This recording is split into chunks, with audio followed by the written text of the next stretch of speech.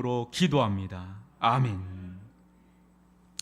예, 오늘은 회복 제자리로 돌아갈 때 일어납니다 라는 제목으로 함께 말씀을 나누도록 하겠습니다. 어렸을 적 집안에 하얀 실타래 뭉치가 좀 많았었습니다. 두꺼운 이불이 예전에는 집안마다 많았거든요. 그 이불을 꿰매거나 또 옷이 해지거나 하면 자주 사용을 했었어요. 이게 뭐라죠? 재봉틀도 있고 그랬는데 그 기억이 납니다. 그것을 가지고 놀다가 실타래를 이렇게 탁 놓치는 순간에 쭉 이렇게 실이 쭉 흘러내리는 경우가 좀 종종 있었는데 얼른 그거를 또 돌돌 만다고 하는데 어느 순간부터 이게 꼬일 때가 있습니다.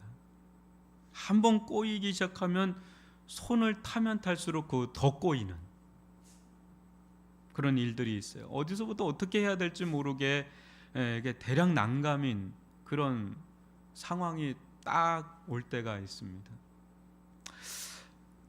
우리 삶도 우리 인생도 이럴 때가 있습니다. 어디서부터 어떻게 풀어야 될지 모를 정도로 꼬이고 꼬이는데 우리 손을 타면 탈수록 더 꼬이는 것이죠. 당한 모습에 쩔쩔매고 있을 때 할머니가 등장하셔서 뭐 어떻게 저떻게 막 하는데 하나하나 풀리면서 제자리로 돌아옵니다. 어머니에게 야단받는 일이 이제 사라지는 거죠. 안도의 한숨을 쉬며 왜 나는 못하는데 할머니는 어떻게 저렇게 쉽게 하지? 이런 생각이 들곤 했었습니다. 도저히 해결되지 않을 것 같은 문제가 나의 손이 아닌 하나님의 손을 타기 시작하면 언제 그랬나는 듯이 회복되는 일이 일어납니다. 참 놀랍고 신기한 것입니다. 일은 내가 벌려놨는데 그것을 주워 담는 것은 하나님이시니까 너무 신기하고 놀라운 거죠. 대학교 다닐 때 저는 UBF라는 선교단체 학생회장이었고 CCC라는 선교단체 학생회장이었던 분과 좀 친분이 있었습니다. 당시 기독인 교수님들과 함께 캠퍼스 복음화 운동을 하면서 자주 교제를 나누고 했던 분이신데 저는 졸업 후에 총신 신학대학원으로 가고자 했고 그분은 장신 신학대학원으로 가고자 했습니다. 근데 어느 날 그분을 만났는데 얼굴이 어두운 거예요. 물어보니 자신은 더 이상 목회자의 길을 가지 않겠다고 하시는 거예요. 이유를 들어보니 어머니가 신내림을 받고 무당이 되고부터 집안이 뭐 풍비박산이 났다고 합니다. 자기 가정도 섬기지 못하면서 어떻게 그 길을 갈 수 있겠느냐는 것이죠. 그러다 몇 달 후에 다시 만났을 때 다니던 회사를 그만두고 다시 목회자의 길을 가겠다고 하는 겁니다.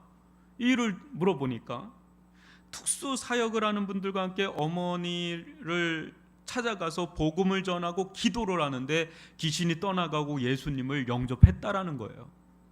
할렐루야죠.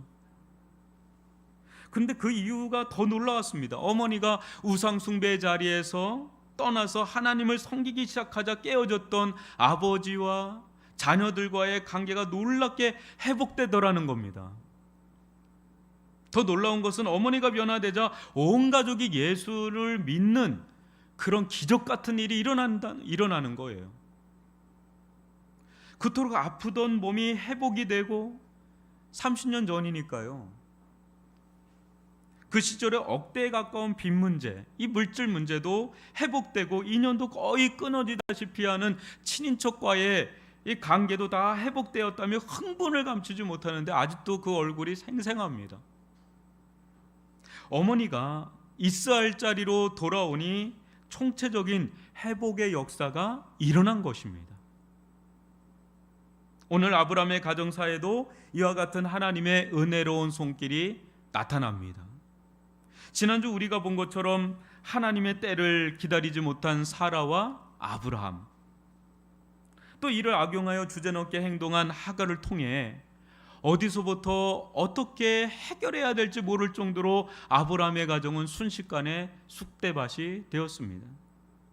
이때 하나님은 마치 어린 시절 해결사로 나타나신 할머니처럼 나타나셔서 꼬이고 문제를 하나하나 해결해 주십니다. 한마디로 모든 것을 제자리로 되돌린 것이죠. 이로써 문제가 일단락 매듭짓게 됩니다. 오늘 말씀을 통해 하나님께서 우리 인생 가운데 각종 사건 사고를 어떻게 수습하고 해결하고 정리하시는지 살펴보면서 우리 또한 어떤 길을 가야 할지 깨달을 수 있기를 주님의 이름으로 축복합니다. 7절로 9절을 다시 한번 읽어보도록 하겠습니다. 여호와의 사자가 광야의 샘물 곧 술길 샘 곁에서 그를 만나 이르되 사레의 여종 하가라, 내가 어디서 왔으며 어디로 가느냐? 그가 이르되 나는 내 여주인 사레를 피하여 도망하나이다. 여호와의 사자가 그에게 이르되 내 여주인에게로 돌아가서 그 수하에 복종하라. 아멘. 사라의 극심한 이 학대를 견디다 더 견디다가는 이 뱃속의 아이까지 위험할 수 있다는 생각에 이르자 하갈은 도망치기로 결심했습니다. 그러나 이때 하갈이 전혀 예상치 못한 일이 벌어집니다. 그것은 주인도 찾지 않는 비루하기 짝이 없는 이 노예를 눈에 불을 켜듯 찾는 하나님의 사자의 방문입니다. 하나님의 사자가 그녀를 만난 곳은 광야의 샘물, 곧 술길 샘 곁입니다. 하갈은 이 풍요로운 땅, 풍요로운 주인 집에서 졸지에 생명의 위협을 받는 광야로 뛰쳐나옵니다. 그녀가 이곳에 있는 이유는 이 길이 고향 애굽으로 가는 길목이기 때문에 그렇습니다. 애굽. 주인의 집에서 뛰쳐나온 그녀가 가고자 한 것은 다름 아닌 고향인 애굽이었습니다. 이때 하나님의 사자가 하갈을 만나자마자 한 말이 여러분 무엇입니까? 다시 보시면 사레의 여종 하갈아, 내가 어디서 왔으며 어디로 가느냐? 여러분 정말 하나님의 사자가 몰라서 물었던 것일까요? 어디로부터 와서 어디로 가는지 몰라서 묻는 것일까요? 더 잘 알죠. 하나님의 사자가 이 말을 한 이유가 무엇일까요, 여러분? 왜 이 말을 했을까요? 우선은 하갈의 정체성을 일깨우기 위함입니다. 정체성, 아이덴티티. 정체성은 내가 누구인지를 알려주는 지표요, 좌표입니다. 여러분 정체성은 보통 관계를 통해서 확인되는 거예요. 관계를 통해서. 자녀가 있을 때 우리는 어떤 정체성을 받게 되죠? 부모죠, 부모. 자녀가 없으면 부모라는 정체성을 받기가 어렵죠. 그죠? 남편이 있을 때 한 여성은 아내라는 정체성을 부여받습니다. 얼마 전 수학의 노벨상이라고 불리는 필즈상을 받은 허준희 교수와 같이 이 학문과 관계가 깊은 자를 우리는 뭐라고 부르죠? 학자라고 부르죠. 아무나 학자라고 부르지는 않잖아요. 관계가 깊어야 돼요. 그죠? 학문과 관계를 깊어요. 여러분 보통 돈과 관계가 깊은 자를 뭐라 불러요? 아, 부자다. 저 사람 부자다. 권력과 권세가 그 관계가 깊은 자는 우리는 뭐로 부르죠? 아, 정치가다. 권력이 있는 정치가다. 그렇게 부르죠. 정체성이 여러분 확립되면 그 다음에 뭐가 생겨죠? 방향성이 생겨요. 내가 엄마면 엄마로서의 방향이 생기는 거고, 내가 아들이면 아들로서 방향이 생기고, 학생이면 학생으로서 방향이 생기고, 사업가면 사업가로서 방향이 생기고, 그 방향이 생기잖아요. 내가 누구면 누군지를 알면 방향이 생기죠. 사람이 인생에서 방황하지 않으려면 인생의 좌표, 즉 자기 정체성을 명확히 알아야 합니다. 자기 정체성. 자신이 누구인지를 알 때 자신이 무엇을 해야 할지, 어디로 가야 할지를 분명히 알 수가 있는 거죠. 그때 인생 방황하지 않고 인생 낭비하지 않게 됩니다. 여러분의 정체성, 여러분은 자신을 어떤 자로 보십니까? 여러분들은 자신을 이렇게 소개할 때 나는 누구야? 나는 어떤 자야? 뭐라고 소개를 하십니까? 여러분들 명함 있으십니까? 그럼 자신의 아이덴티티가 그 안에 박혀 있잖아요. 난 어떤 마케팅 팀장이다. 뭐라고 그러잖아요. 하갈, 그녀는 좋든 싫든 지금 이 순간 사라의 여종입니다. 나중에는 안 그래요. 나중에는 독립합니다. 그러나 지금 이 순간은 사라의 여종이라는 거예요. 하갈은 사라의 여종일 때 그때가 가장 하갈다운 겁니다. 그런데 지금 사라의 여종의 자리를 박차고 나온 것 아닙니까? 그 순간 자기 정체성을 잃어버리는 거예요. 정체성을 잃어버리니까 인생의 길 또한 잃어버린 거죠.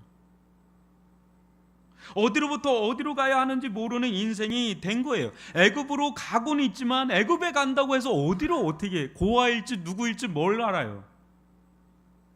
그냥 주저주저 하면서 광야길에 그냥 털썩 주저앉아 있는 겁니다. 떠난 곳은 있는데 갈 곳이 없는 거죠. 자신의 정체성을 잃어버릴 때 인생 방황이 시작됩니다. 뒤로도 못 가고 앞으로도 못 가는, 갈 곳을 잃어버린 인생이 되는 거죠. 남성들이 가장 방황하는 시기는 사춘기 때가 아닙니다, 여러분. 사회적 포지션을 잃어버리는 은퇴기예요. 지금까지는 자신이 누구인지 알려주는 지표, 좌표, 자리가 있었잖아요. 명함이 있었잖아요. 그러나 어느 날 그것이 사라집니다. 책상도 사라지고요. 기분 나쁠 때는 그냥 전화로만 통보를 받아요. 당신 나오지 말라고. 굉장히 기분 나쁘죠. 그때 나를 무엇이라 소개해야 될지 모르겠는 거예요. 피해 다니죠. 이때 때 아닌 방황을 합니다. 이것을 알고 일찍부터 준비하는 분들은 방황하지 않더라고요. 우리 고령 사회 아닙니까? 그러니까 이걸 미리 준비하세요. 지금 2030 MZ세대는 지금부터 준비하더라고요. 굉장히 영악하죠. 영특하죠. 여러분, 오히려 잘 준비된 분들은 붙잡혀 있던 인생에서 자유롭게 되잖아요. 남성들도 그렇고 여성들도 직장 생활하던 분들 자유로워지잖아요. 정말 하고 싶은 일을 하면서 그 어떤 것에도 구애받지 않는 노년의 행복을 누리는 분들이 또 있어요. 잘 준비되면. 우리는 끊임없이 인생의 길을 찾고 또 찾아야 됩니다. 그때 그 속에 나는 누구인가라는 거예요. 나는 누구며 누구하고 관계를 맺고 있고 무엇과 관계를 맺고 있는지, 거기서 내 정체성이 확인이 되고 방향성이 나오게 되기 때문에 여러분 늘 자신의 정체성을 확인해보고 자신의 방향을 늘 궁구하는 저와 여러분이 될 수 있기를 주님의 이름으로 축원합니다.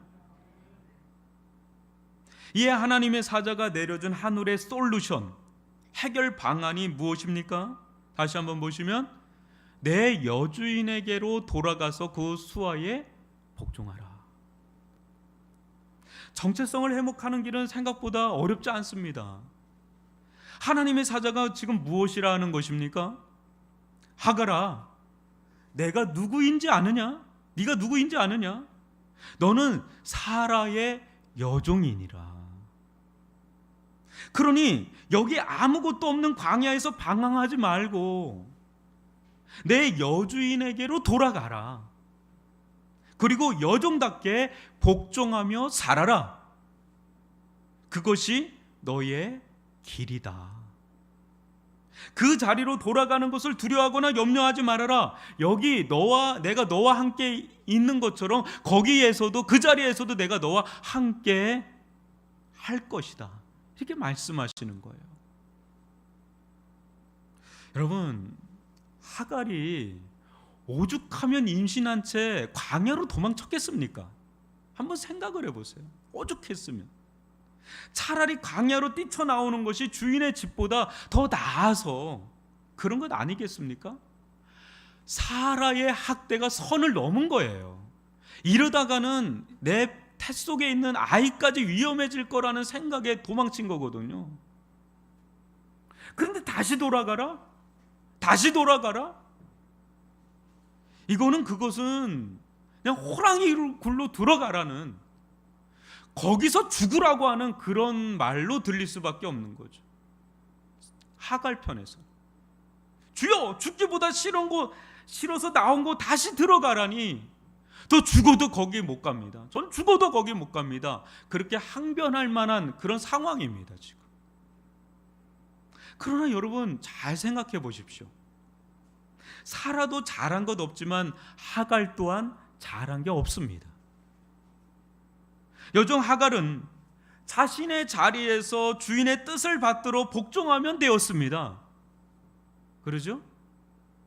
그러나 아이가 들어서자 먼저 변심한 것은 하갈이었습니다. 자기 주제도 모르고 자기 위치도 모르고 주제넘게 여주인의 자리를 넘보며 먼저 모독의 칼과 멸시의 화살을 날린 것은 누구였습니까? 하갈이었죠. 자기가 자초한 일이죠. 하갈이 회개하는 심정으로 돌아가서 다시금 전처럼 순전하게 순종한다면, 복종한다면 실타래처럼 얽히고 설킨 이 문제는 해결될 것이다라는 거죠. 다시 평안한 삶을 얻을 것입니다. 인생이 본래 있어야 될 자리가 있거든요. 여러분 각자마다 있어야 될 자리가 있어요. 그 자리로 돌아가는 것, 그것이 구원이고 그것이 회복입니다. 여러분. 설교 초반에 이야기해드린 것처럼 신내림으로 구슬하고 무당일을 하던 그 어머니가 귀신을 섬기던 자리에서 살아계신 찬한 하나님을 섬기는 자리로 돌아오자 얽히고 설킨 모든 것이 회복되는 것처럼 우리가 있어야 될 자리로 돌아갈 때 그때 구원의 역사, 회복의 역사가 일어날 줄 믿습니다. 우리는 누구입니까, 여러분? 우리는 누구예요? 여러분, 우리는 감히 누구와 관계를 맺고 있는 자입니까? 우리는 그리스도인입니다.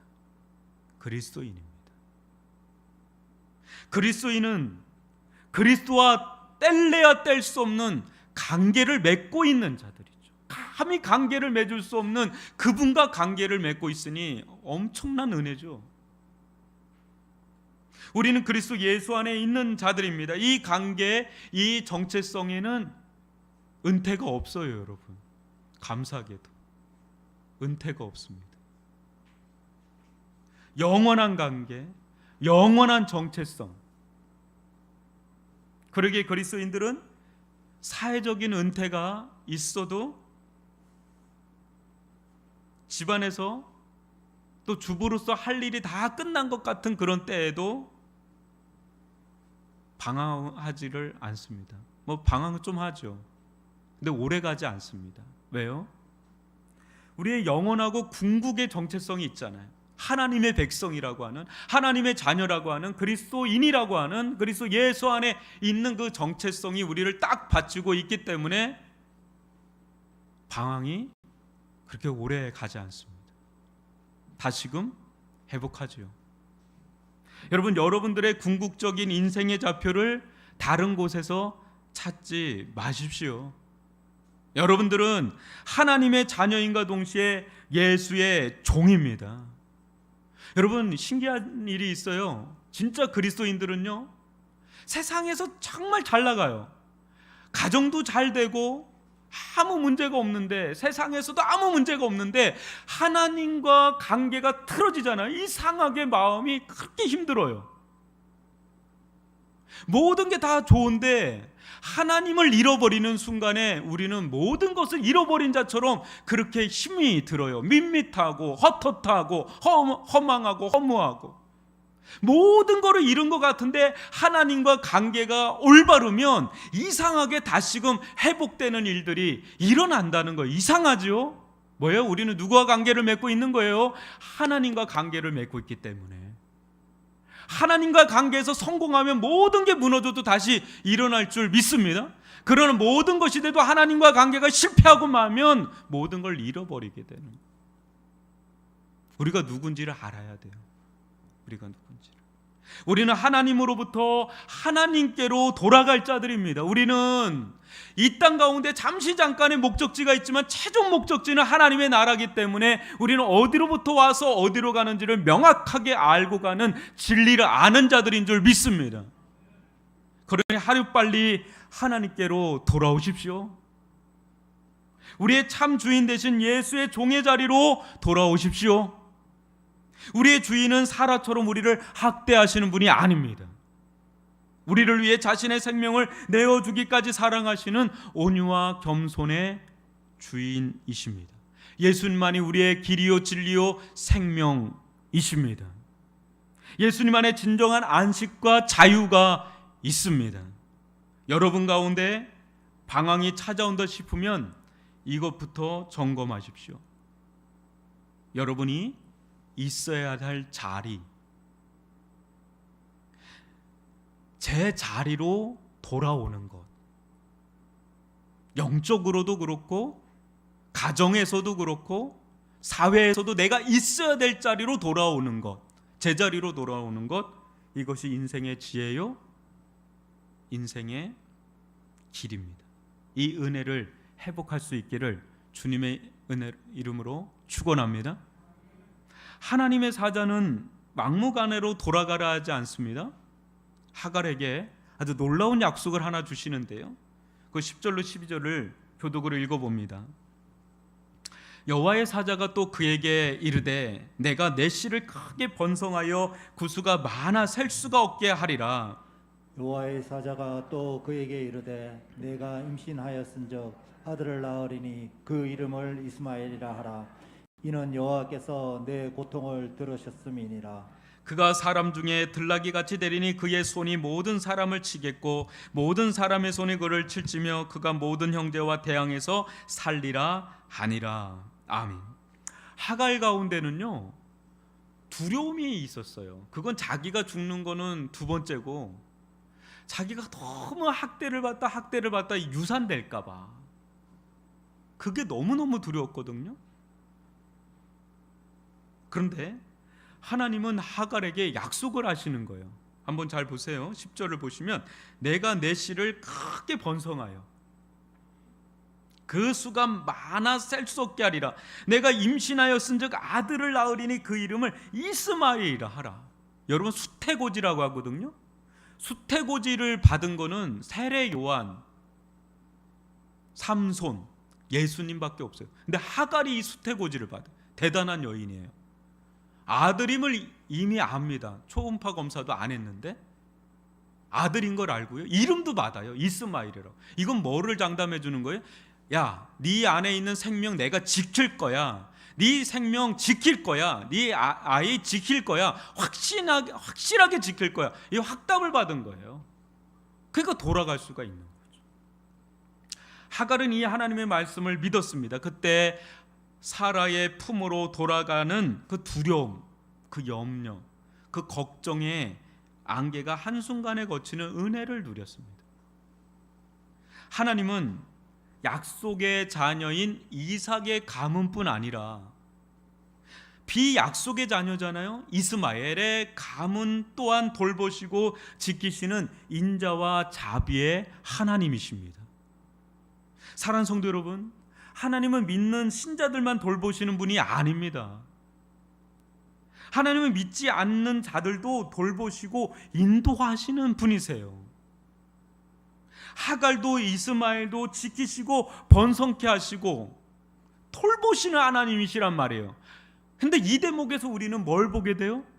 하물며 이들도 이렇게 비약속의 자녀도 이렇게 지키시는데 하물며 아브람과 사라는 얼마나 더 지키시고 돌보시고 함께 하실지 이 대목에서 엿볼 수가 있는 거죠. 이것을 하갈의 고백을 통해서 좀 더 살펴보겠는데 13절로 14절을 또 교독으로 읽어보겠습니다. 하갈이 자기에게 이르신 여호와의 이름을 나를 살피시는 하나님이라 하였으니 이는 내가 어떻게 여기서 나를 살피시는 하나님을 배웠는고 함이라.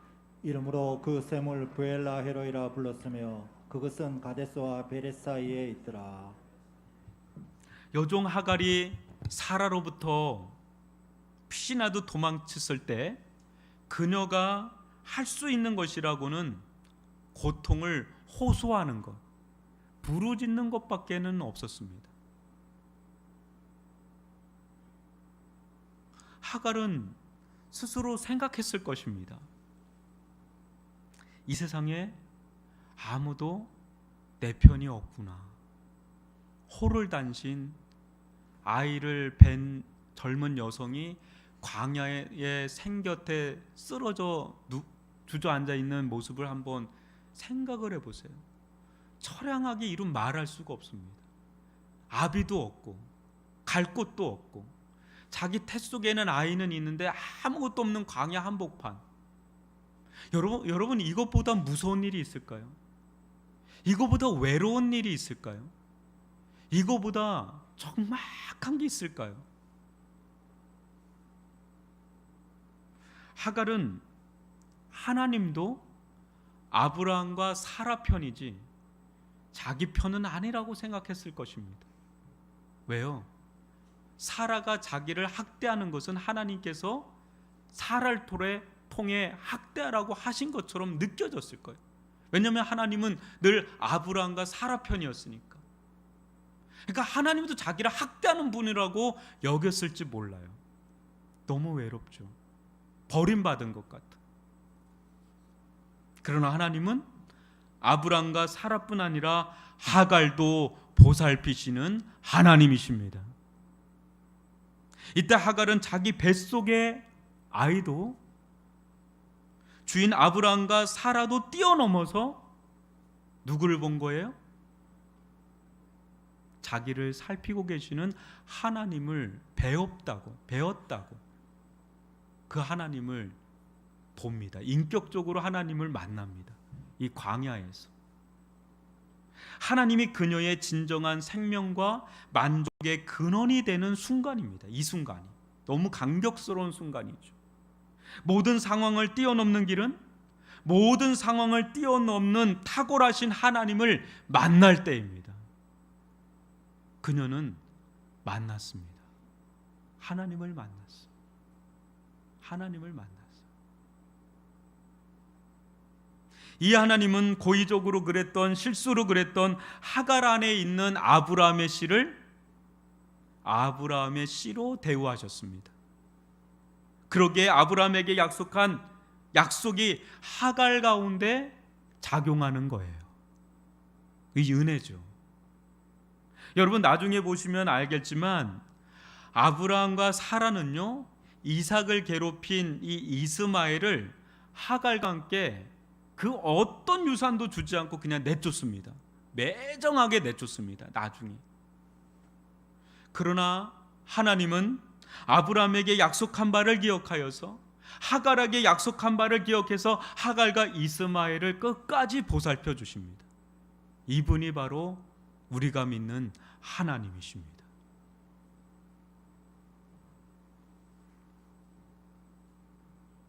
근데 저는 여기서 보이지 않는 한 사람을 또 봅니다. 누굴까요? 이 순간 하갈도 고통스럽겠지만 저는 사라도 얼마나 고통스러웠을까라는 생각을 해봅니다. 어떻게 하갈에게는 아이를 바로 주시면서 자신에게는 어찌 이렇게까지 아이를 주시지 않을 수 있을까? 10년인데 10년. 여주인 사라 또한 하갈 못지않게 또 다른 고통의 밤, 광야와 같은 밤을 지새우고 있었을 것입니다. 사라에게 있어 하나님은 정말 무심할 정도로 차가운 하나님처럼 느껴졌을 것입니다. 그렇게 기도를 하고 그렇게 매달리는데 아이 하나 주지 않나. 그러니 자기라도 나서서 무엇인가 하지 않으면 안 되겠다 싶었던 것이죠. 그래서 하갈을 줬는데 이 하갈이 이렇게까지 또 변심할 줄 몰랐던 거죠. 그러니 그 속이 얼마나 또 하갈은 하갈대로 속이 상했겠어요. 여러분. 그러나 스캔들의 주인공인 하갈을 이렇게까지 살피시는 하나님께서 여러분 아브람과 사라는 얼마나 끔찍하게 살피고 계실까 엿볼 수 있습니다. 사라는 자신을 살피지 않는 하나님, 그렇게 지금 생각하고 있을 줄 몰라요? 그죠? 그러나 하나님은 자기 아들을 내어주시기까지 무한 관심 속에 우리 한 사람 한 사람을 살펴보고 계십니다. 지금 이 순간도 여러분 한 분 한 분들 각자를 얼마나 하나님께서 눈을 떼지 않고 살펴보고 계시는지를 모릅니다, 여러분. 하나님은 하나님 스스로 맹세하셨기 때문에 우리가 포기하면 포기했지 하나님은 절대 우리를 포기하지 않는 하나님이십니다. 그러니 사랑하는 성도 여러분, 하나님께서 아니 계신 것 같을 때라도 절대 실망하지 마십시오. 하나님께서 아무런 역사를 행하시지 않고 오히려 상황이 더 나빠지는 것 같을 때도 다른 길을 찾지 마십시오. 하나님은 우리를 더 살피고 계시는 분이신 줄 믿습니다. 그러나 아직 때가 오지 않았기에 가장 베스트한 때를 기다리실 뿐입니다. 지금 사라에게 하나님은 관심을 두지 않는 것이 아니라 무심한 것이 아니라 아직 가장 베스트한 때가 오지 않았기 때문에 하나님은 기다리고 있을 뿐이지 단 한순간도 사라에게서 아브라함에게서 누가 어디 있는지를 계속 보고 있잖아요. 놀이터에서 놀이공원에서 하갈도 보는데 하물며 약속의 가문인 아브람과 사라를 여러분 끔찍하게 보고 계시지 않겠습니까? 다만 기다림이 필요한 거죠. 그때까지 인내하며 기다릴 수 있는 믿음을 갖기를 바랍니다. 하나님께서 단 한순간도 우리에게 눈을 떼지 않고 계심을 믿으시길 바라고 때가 되면 하나님께서 반드시 역사하여 주실 줄 믿습니다. 여러분 시편 102편 13절을 보시면 주께서 일어나사 시온을 국률이 여기시리니 지금은 그에게 은혜를 베푸실 때라. 정한 기한이 뭐라고요? 다가오미니이다. 정한 기한이 있어요. 그것이 다가오고 있어요. 걸어오고 있는데 아직은 아니라는 거죠. 아직은 아니다. 하나님께서 정한 기한이 반드시 다가오고 있으니 끝까지 하나님을 신뢰하며 인내하며 기다리는 믿음의 힘을 갖기를 주님의 이름으로 축원합니다. 앞으로 사라는 15년을 더 기다려야 합니다. 지금까지 기다린 것보다 더 갑절을 기다려야 되는 시간을 보냅니다. 그러나 그때가 가장 하나님 보실 때는 베스트한 때예요. 여러분 우리 인생 가운데도 기다림을 요구할 때가 있어요. 근데 그때 딴 길 찾지 않고 끝까지 어려워도 죽을 것 같아도 하나님만 믿고 의지하며 나아가는 저와 여러분이 되기를 주님의 이름으로 축원합니다. 기도하겠습니다. 사랑의 하나님 아버지,